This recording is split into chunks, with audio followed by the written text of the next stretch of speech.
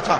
ارے گھبراتے کیوں ہو؟ تم تو سنت بلالی کو پورا کرنے والے ہو۔ تمہارے اکابرین کے سر پر شہادت کا تاج اگر سجتا ہے، گھبراؤ مت، ڈرو مت، پروردگار عالم کے دربار سے تم لائن میں لگ جاؤ۔ وہ کون کھڑے ہیں؟ بلال حبشی کھڑے ہیں استقبال کرنے کے لیے۔ کون کھڑے ہیں وہاں پر؟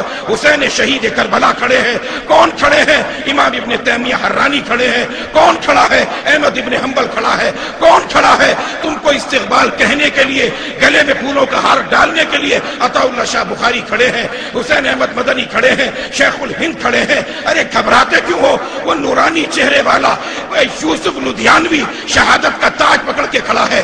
گھبراتے کیوں ہو؟ وہاں پر حق نواز جھنگوی صحابہ کی عظمت کا پرچم پکڑ کے کھڑا ہے۔ گھبراتے کیوں ہو؟ علی شیر حیدری شیر بن کے کھڑا ہے۔ گھبراتے کیوں ہو؟ یہ شہادتوں کی داستان ہے۔ اگر بچے ہو کر ڈر لگتا ہے، جامعہ حفصہ کے ننھے منھے بچے کھڑے ہیں، چھوٹی چھوٹی عورتیں کھڑی ہیں، جلے ہوئے قرآن کھڑے ہیں۔ گھبراؤ مت، ڈرو مت، کہتے جاؤ سر بکف سر بلند، دیوبند دیوبند دیوبند دیوبند۔